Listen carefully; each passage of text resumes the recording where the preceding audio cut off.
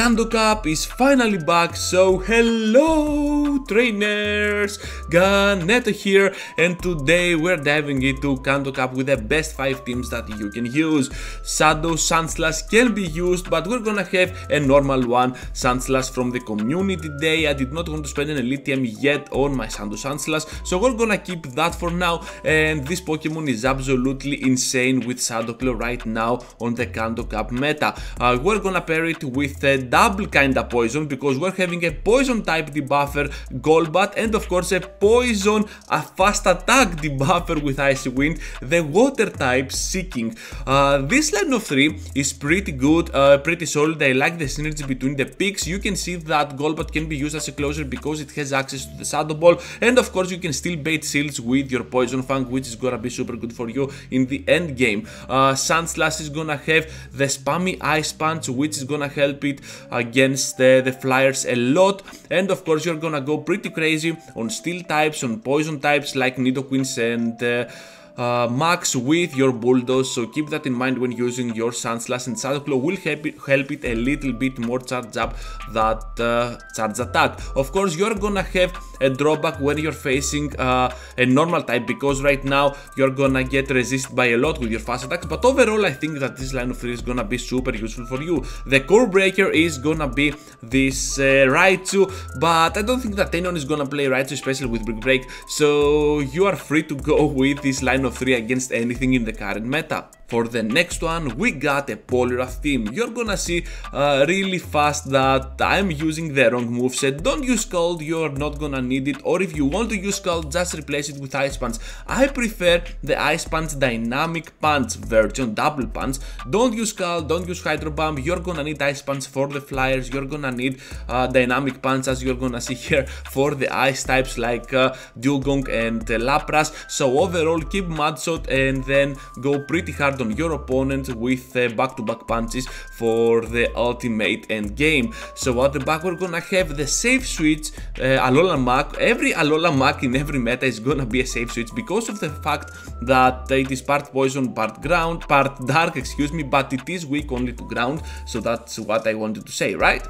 And this Pokemon is gonna apply a lot of pressure to the opponent. Snarl is the version that I'm recommending to you. Of course you can use Poison Jab for better matchups, especially against those Charmers, Wigglytuffs for example, but overall I think that Snarl will assist you even more. And I prefer my Alola Marowak as a closer with Shadow Ball. I do not like the Shadow Bone as a closer. Shadow Bone would be like a lead scenario Marowak, to be honest, because with Shadow Ball you can annihilate and then nuke down your opponent pretty easily. And of course just keep in mind that you're gonna need Fire Spin and Bone Club. Hex, not so much. Fire Spin is gonna pressure even more the opponent, and especially something like an ice type like those Alolan Sandslashes that are gonna be out there are gonna get destroyed down by the Fire Spins. The core breaker of this team, well, it is gonna be that Gyarados, but who plays Gyarados nowadays, right? I really like this synergy between my team's picks, since you can see that everything is protecting each other and you're gonna have a great time with a lot of wins overall. You might want to go with Triple Shadow on Kanto Cup. Well, you do not have to go with Triple Shadow with this line of 3, but if you want to use a Triple Shadow, this is the one that I'm recommending to you. Shadow Nidoqueen, Shadow Hypno and Shadow Blastoise are gonna apply a lot of pressure with their fast attacks, and of course their charged moves are gonna be deadly. With your Nidoqueen, you're gonna have the Poison Fang, which is gonna just destroy down the defense of your enemies, and at the same time the backline can just work upon that, or just raise your defense even more with your Scalbus on that Blastoise. Hypno is gonna be still bulky when it's in shadow form, so you're gonna be in a very good spot overall. However, this team might lose a little bit to that Leaky Tank, because Leaky Tank can still beat down Nidoqueen, can still deal super effective damage with its leaks to the Hypno, and of course a Power Whip can be deadly for the Blastoise, because Blastoise is not that tanky in Great League, so you might might want to consider that. However, all those wins for Lickitung are gonna be super soft, so the remaining HP that it has can be farmed down by the rest Pokemon that you have on your bench waiting for them to come in. I love the synergy between this team. You can always surprise the opponent with your Hypnos moveset, because as you can see here, I'm running Fire Punch and Shadow Ball. That's the recommended moveset that PvP has, but you can always use Thunder Punch for every single water type out there. I just prefer that Fire Punch for that Steel matchup that I might come up against, but with Thunder Punch you get more coverage against certain matchups like the Lapras. I truly believe that this next one will blow your minds, and it is gonna be your favorite for Kanto Cup. Dugong up in the lead with Dub Legacy, of course, but we had an event in the past few weeks, so you might have one Dugong on your roster. You can always replace it with something like a Lapras, but I feel like Dugong has a better spot in the meta, since it can debuff the opponent pretty easily and still go pretty hard even against the fighters like Primeapes and Machamps, taking seals and of course debuff them so that your backline can have an easier time farming them down.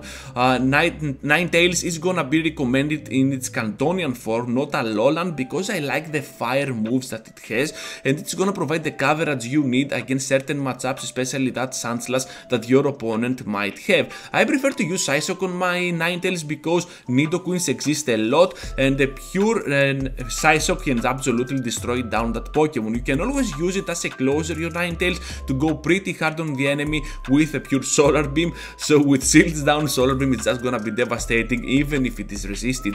As a safe switch, kinda a weird pick, I can say, because Pidgeot can get easily gold, especially by electric types, ice types for sure, and some steel types out there, but at the same time it can debuff the opponent, go pretty hard with a pure Brave Bird, or just farm down with easy and heavy hitting gusts.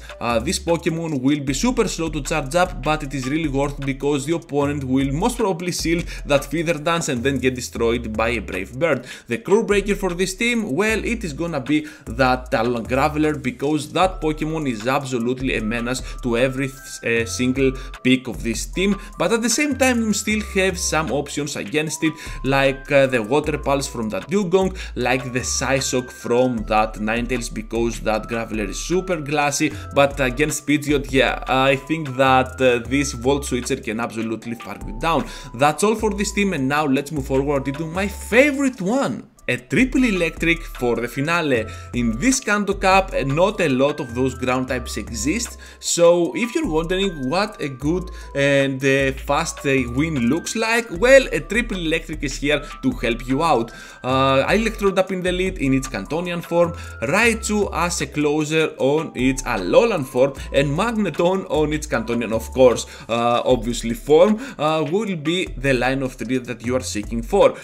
Electrode is gonna be using Foul Play over that Hyper Beam, because Hypnos might exist, some Ghost might exist like the Alola Marowak, and of course you can hit with back-to-back Foul Plays that Nidoqueen that might appear in front of you. As a closer, we got, as we said, the Raichu, which is gonna be using Psychic because of the fact that Nidoqueen exists. So if you're using a triple weak to Nidoqueen team, you might want to consider having some moves that can thread down that Pokemon. So if you can take those two shields from the Foul Plays, from that Psychic, your Magneton will be in the optimal position to finish off and sweep the rest of the team.